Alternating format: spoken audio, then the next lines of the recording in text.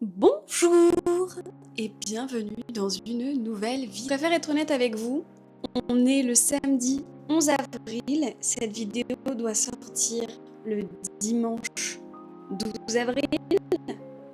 Je n'ai rien tourné.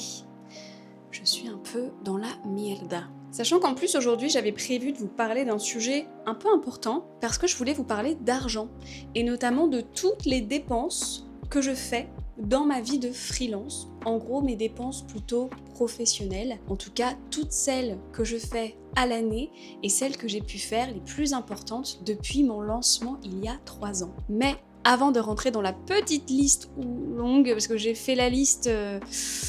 Voilà, j'ai un peu tourné de l'œil, et ben on va pas déroger à la règle et on va se faire un café.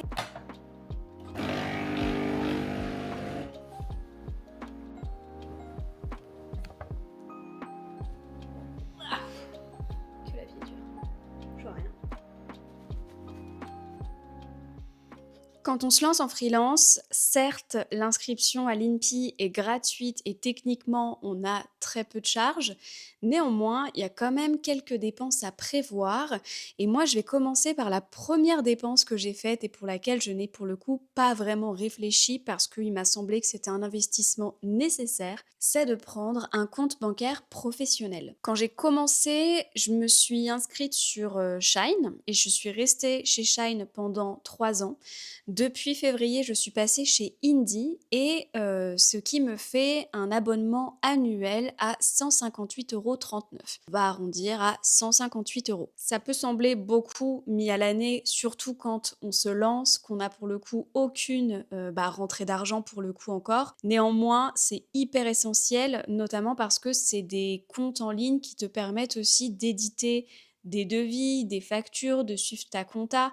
Bref, de faire vraiment plein de choses et surtout de t'assurer que ce que tu fais est en conformité. Parce qu'aujourd'hui, quand tu édites un devis ou une facture, il y a des mentions qui sont dites obligatoires et sur lesquelles, si tu fais l'impasse, eh ben, ton devis ou ta facture n'est pas conforme. J'ai fait le test, avant de prendre un compte bancaire, je me suis amusée à faire moi-même un devis sur, je sais plus d'ailleurs ce que j'ai utilisé Excel ou Word, mais en tout cas, ça m'a pas fait rire. Voilà, j'ai pas passé un bon moment et je me suis dit que j'allais pas m'embêter à chaque fois à créer un devis de toute pièce sur un document, etc., dont je ne sais pas la conformité.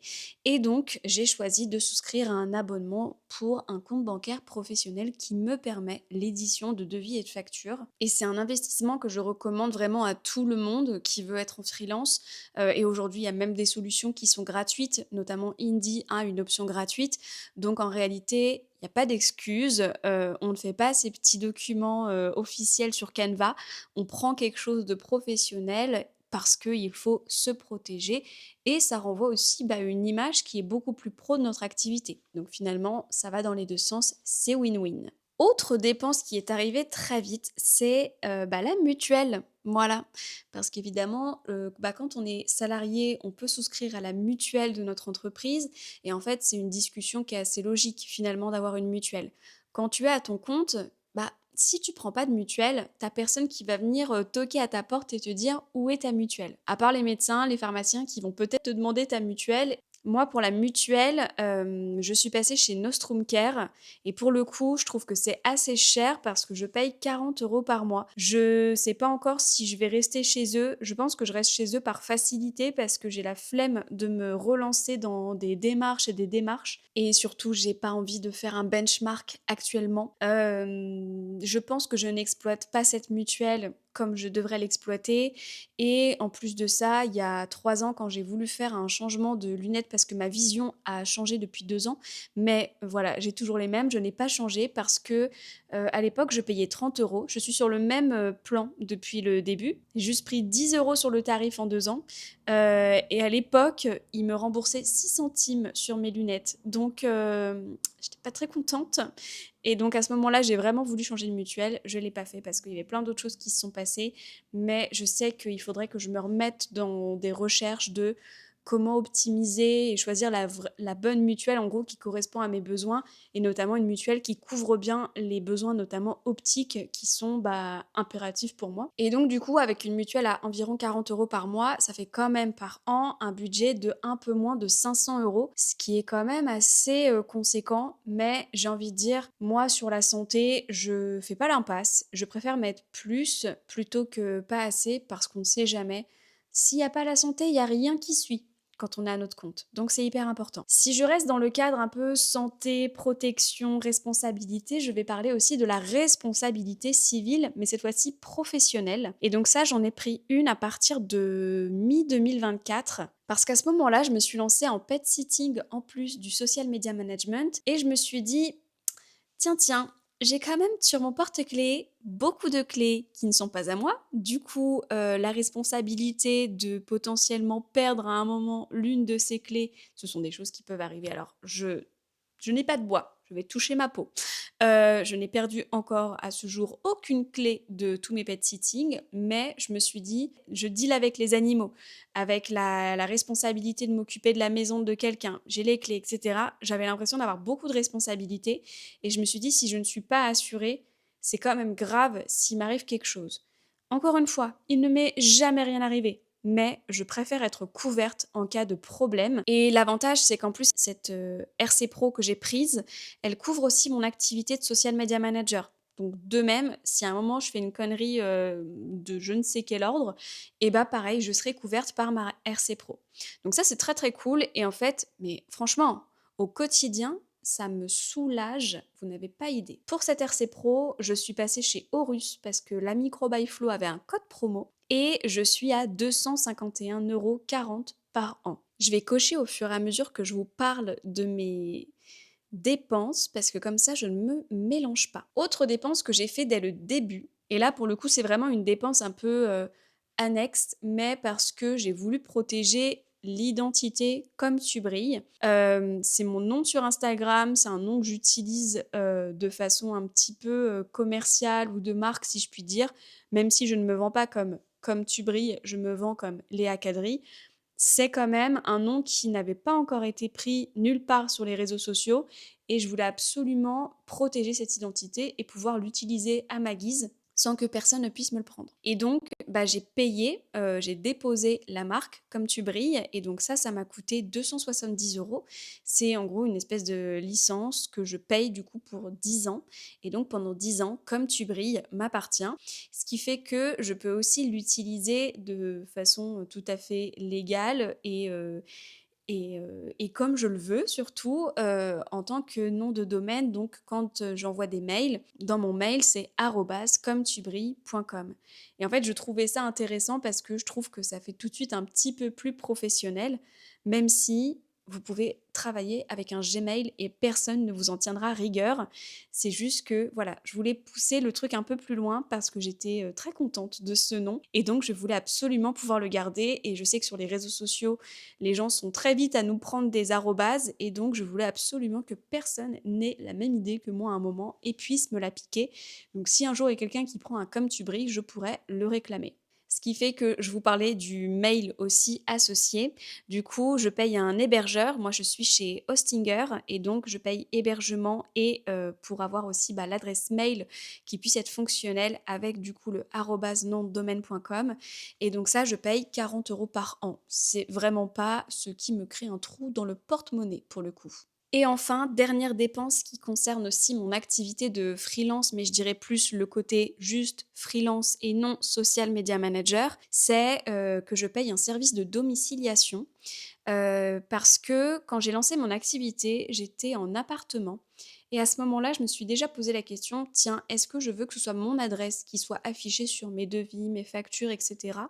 Ou est-ce que je passe par une société de domiciliation, ce qui fait que ce n'est pas mon adresse personnelle, mais une adresse un peu commune par exemple, un immeuble, une société, etc., qui soit affichée à la place de mon adresse personnelle. Et en fait, je ne l'ai pas fait à l'époque parce que je crois que j'avais pas envie de m'embêter avec ça et surtout que, quand tu vis en immeuble, tu vis, un peu en communauté et donc je me sentais un petit peu protégée, par ça, parce qu'il y avait pas un numéro de porte associé à et donc c'était en gros, les gens ils pouvaient pas aller plus loin que la porte d'entrée quoi pour me trouver. Ce qui est débile, mais laissez-moi dans mon raisonnement, quand même. Par contre, en août de l'année dernière, j'ai acheté ma maison et sauf que là, je me suis dit: «Moi, par contre, je ne veux pas du tout que l'adresse de ma maison» où là, pour le coup, on peut venir toquer, mais directement à ma porte, depuis mon jardin. Bref, que les gens aient accès à ça. Donc j'ai pris la décision de passer par une société de domiciliation. Je suis du coup passée par sedomicilier.com ou .fr, je ne sais plus. Bref, ce domicilié. Et je paye un total de 362,88 €, mais pour une durée de 3 ans. Ce qui me fait sinon à l'année 120,96 €, ce qui est assez raisonnable, sachant qu'en plus, parce que Team Rat, je suis passée par iGraal et figurez-vous que à chaque inscription, on pouvait gagner jusqu'à 50 €. Donc j'ai récupéré 50 € sur l'achat de cette licence de domiciliation finalement que j'ai prise. Donc très contente de cette solution de domiciliation. Je suis très contente de ne pas avoir mon adresse personnelle qui se balade sur plein de documents officiels et je me sens beaucoup plus protégée pour le coup dans ma vie privée. Mais encore une fois, rien d'obligatoire, je le répète. Si je passe ensuite aux outils que je paye pour mon activité de social media manager, il y en a pas beaucoup. Voilà. Si je suis assez honnête, je me débrouille avec, entre guillemets, pas grand-chose parce que ce que je paye, c'est un abonnement Canva Pro qui coûte 110 € par an. Je paye un abonnement CapCut Pro qui coûte lui plus cher, quasiment 200 € par an. Et je paye aussi, j'ai payé en one shot il y a 2-3 ans un template Notion qui m'aide à m'organiser pour mes diverses missions de freelance. Et ce template coûtait 40 €. Donc à part le template que j'ai payé en one shot, Canva et CapCut, c'est la 2e année consécutive que je renouvelle l'abonnement. C'est indispensable pour le coup pour moi. Je me verrai pas me passer des fonctionnalités pro des 2 outils. Ça fait tellement gagner de temps, c'est tellement plus pratique. Il y a aussi tout ce qui est intelligence artificielle qui a été ajouté à ces outils qui font qu'ils deviennent de plus en plus performants. Clairement, c'est des dépenses indispensables pour moi. Et ensuite, on va passer au matériel que j'ai payé pour, en tout cas en lien avec mon activité de social media manager. Déjà, quand je me suis lancée donc en 2023, j'avais un ordinateur qui était un HP, un peu vieux, tombé par terre, un peu cassé, un peu à la ramasse et qui a décidé de me lâcher en avril 2024. Non, en mars 2024, je crois. Et du coup, je me suis dit, bon, déjà que je réfléchissais à prendre un ordinateur un peu plus performant et notamment un Mac, sachant que moi, j'étais team Windows depuis des années et des années. En gros, je n'avais jamais connu Mac, Apple, tout ce qui était Apple à part l'iPhone. Je n'étais pas vraiment une Apple girly parce que j'avais jamais eu l'habitude, donc j'étais restée sur des PC normaux, entre guillemets, type HP et Asus que j'avais eu avant. Sauf qu'en fait, quand, je pense que ça parlera peut-être à d'autres personnes, mais en gros, quand je dois publier du contenu pour mes clients ou pour moi, généralement, le contenu, je le crée sur mon ordinateur et ensuite, je le publie via mon téléphone. Et en fait, je devais passer par du Teams, du WhatsApp, du Slack, etc., des messageries qui n'étaient même pas les miennes de base, pour m'envoyer les textes, m'envoyer les photos, etc. Mais aujourd'hui, le airdrop, les amis, mais airdrop, meilleure invention du siècle. Ça me fait gagner un temps, mais vous n'avez pas idée. Ne serait-ce que même sur la qualité du coup de ce que je m'envoie, parce qu'en fait avant quand je m'envoyais des éléments, il y avait toujours une petite déperdition de qualité quand tu passais par un service. Et là, le fait de m'envoyer le airdrop directement, c'est fabuleux. Donc, vous l'aurez compris, je me suis acheté du coup un MacBook Air, je crois que c'était un M2 à l'époque. Si vous avez suivi mes dernières vidéos, vous savez que j'ai des petits problèmes de lag avec le montage vidéo dû aux fichiers très performants de la DJI qui ne sont pas très bien supportés par mon MacBook Air. Et donc, voilà, je me pose peut-être la question de le changer, à voir en fait si j'arrive quand même à m'en sortir avec les fichiers, à bien les passer en proxy sur CapCut. Si jamais un jour je me professionnalise encore plus dans le montage vidéo, je pense que peut-être que là, je songerai un peu plus à passer à un MacBook Pro pour l'instant, on va rester avec le MacBook Air. Je trouverais ça dommage de m'en séparer alors qu'il a 2 ans, quoi. Ensuite, je vous parlais de l'iPhone. Eh bien, je suis passée à l'iPhone 16 Pro en début d'année 2025. Écoutez, c'était une dépense qui était nécessaire parce que sinon, ça faisait des années que j'étais avec l'iPhone SE.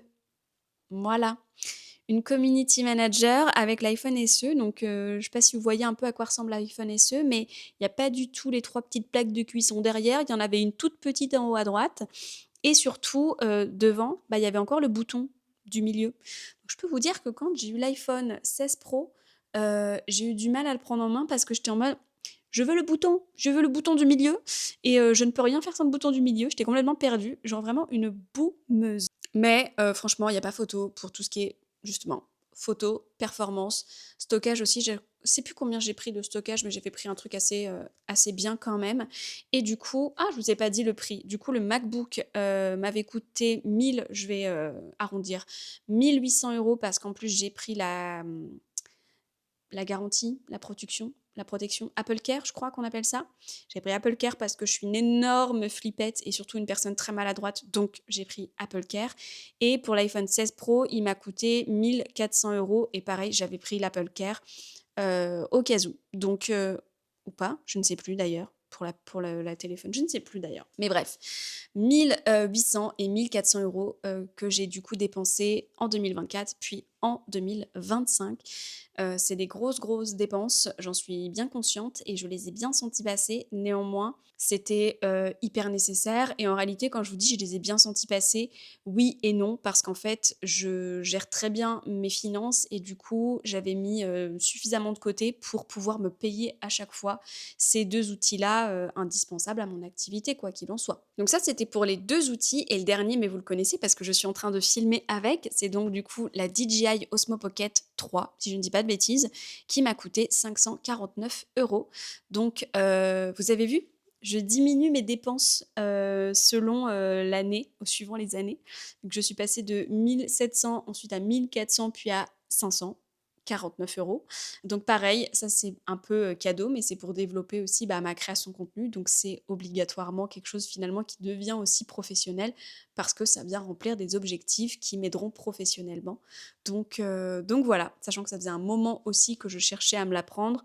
Je crois que ça fait 1 an que voilà, cogite la chose. Il fallait, je pense, qu'on passe en 2026 pour que je m'autorise à faire une nouvelle dépense conséquente, même si celle-ci est du coup 2 fois moins conséquente que, même 3 fois moins conséquente que ce que j'ai pu faire les années précédentes. C'était quand même, voilà, je réfléchis toujours avant de faire quelque achat que ce soit. Et puis, j'ai pas compté avec, mais il y a la carte SD aussi qui m'a coûté une quarantaine d'euros. Et si, je les ai pas notés dans ma liste d'ailleurs, mais j'ai aussi investi dans un bureau assis debout qui, si je ne dis pas de bêtises, de mémoire, m'a coûté 600 euros. Et ça, pareil, professionnellement, c'est aussi intéressant parce que c'est bien d'avoir un espace à soi où tu peux laisser ton bazar, un espace qui est ergonomique, qui te permet de travailler dans des bonnes conditions. Et donc, en effet, j'ai investi dans un bureau assis debout qui est vraiment super, mais que j'ai un peu délaissé ces derniers temps, si je suis honnête. Je suis revenue travailler dans le salon, enfin dans la salle à manger, sur la table sur laquelle j'ai travaillé pendant du coup les 4 dernières années. Mais voilà, ça ne serait tardé à ce que je remonte du coup sur mon bureau. J'avais juste besoin de me recentrer pendant un moment ici dans ma pièce à vivre, mais je pense que... Mais là, ça commence à me manquer. Voilà, mon bureau me manque, donc je vais y retourner, c'est promis. Je me le promets à moi. Et du coup, j'ai fait un petit total de ce que me coûte tout ça.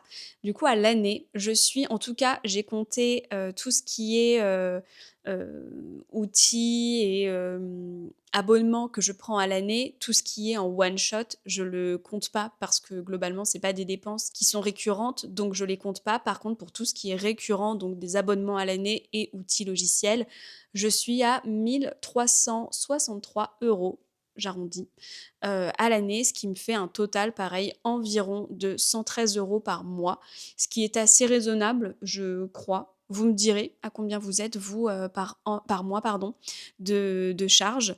Mais globalement, c'est assez cool, sachant qu'en plus, pour la plupart des outils, je récupère la TVA maintenant. Enfin, je peux déduire de la TVA, vu que je collecte la TVA via mes factures que je fais à mes clients. Du coup, ensuite, je peux la déduire de mes achats professionnels. Donc ça, c'est aussi intéressant.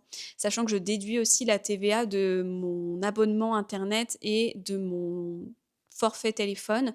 Je ne les déduis pas à 100. Je mets en place ce qu'on appelle des ventilations. C'est-à-dire que j'estime que, pour le coup, j'ai vraiment un usage à 50-50, 50 professionnel, 50 personnel sur mon forfait mobile et sur le forfait internet que je paye chaque mois.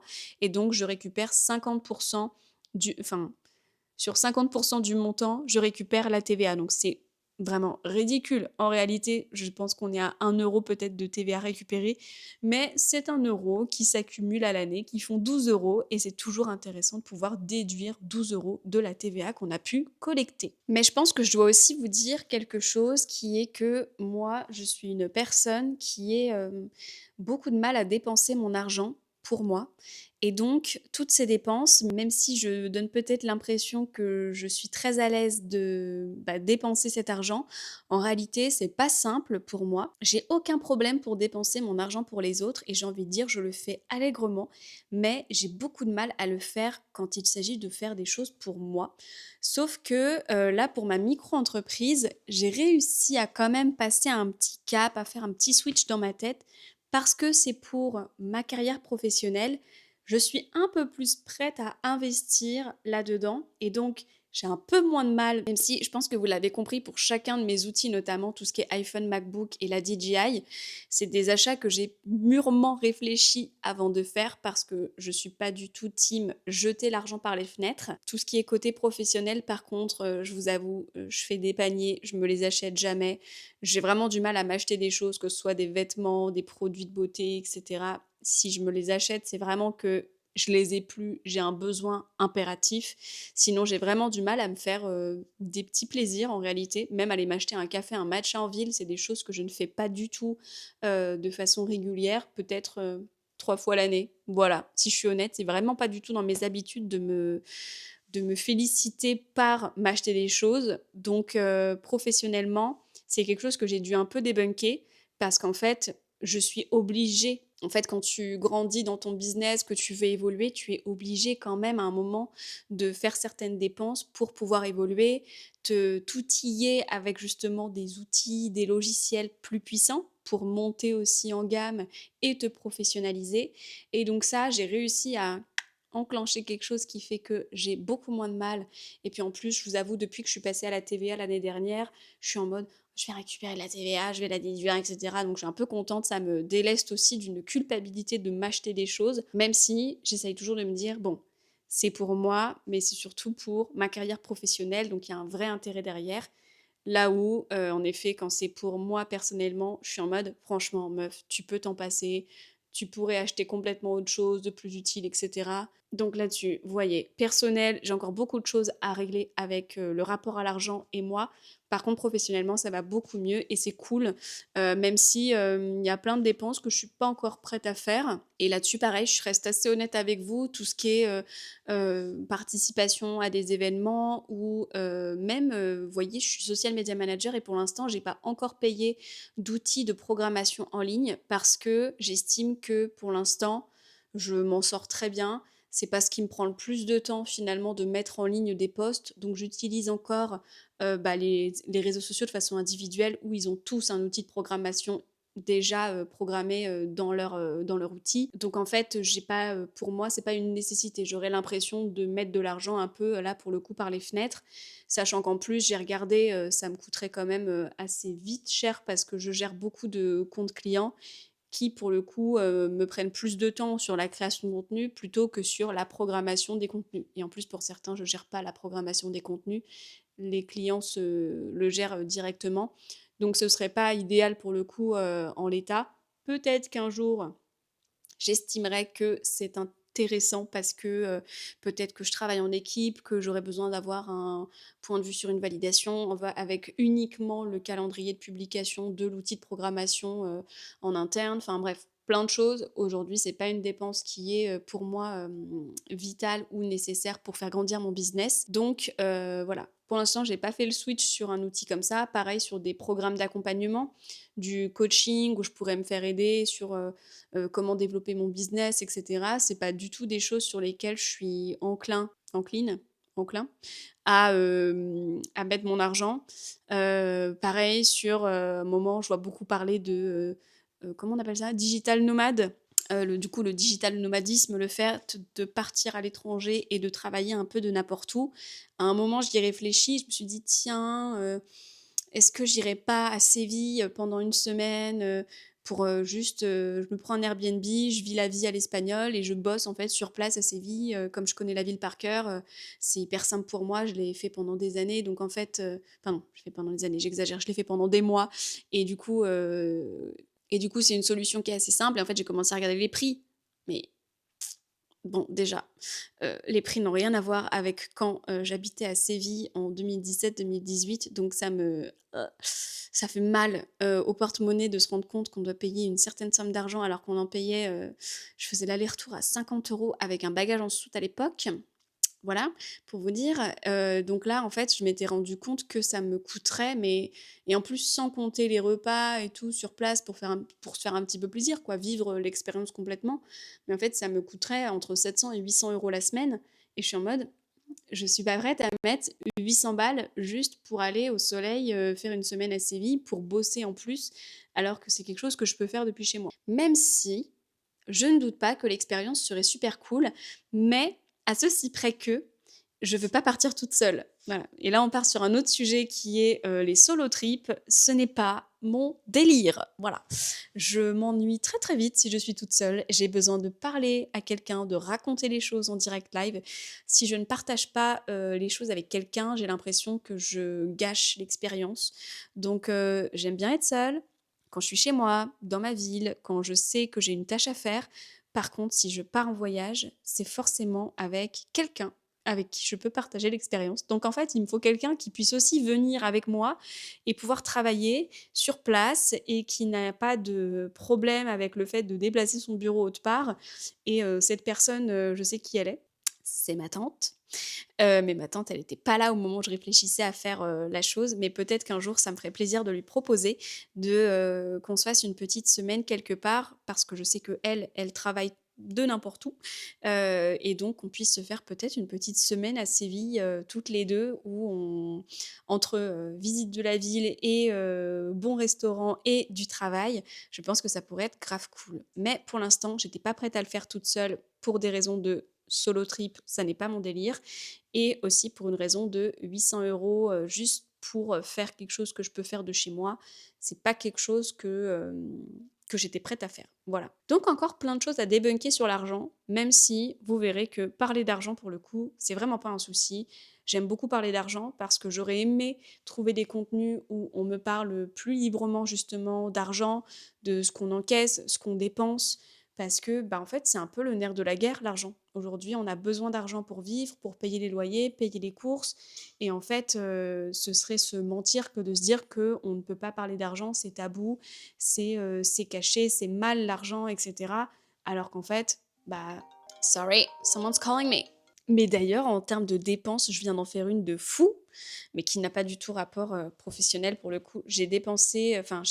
Avec mon copain, on a dû acheter une, nouvelle machine à laver parce que la nôtre qui avait, 4 ans, qui allait sur ses 5 ans, nous a lâchés parce que je pense qu'on a eu un produit défectueux dès le départ, qui nous a fait que des problèmes et donc voilà, 500 € la machine à laver.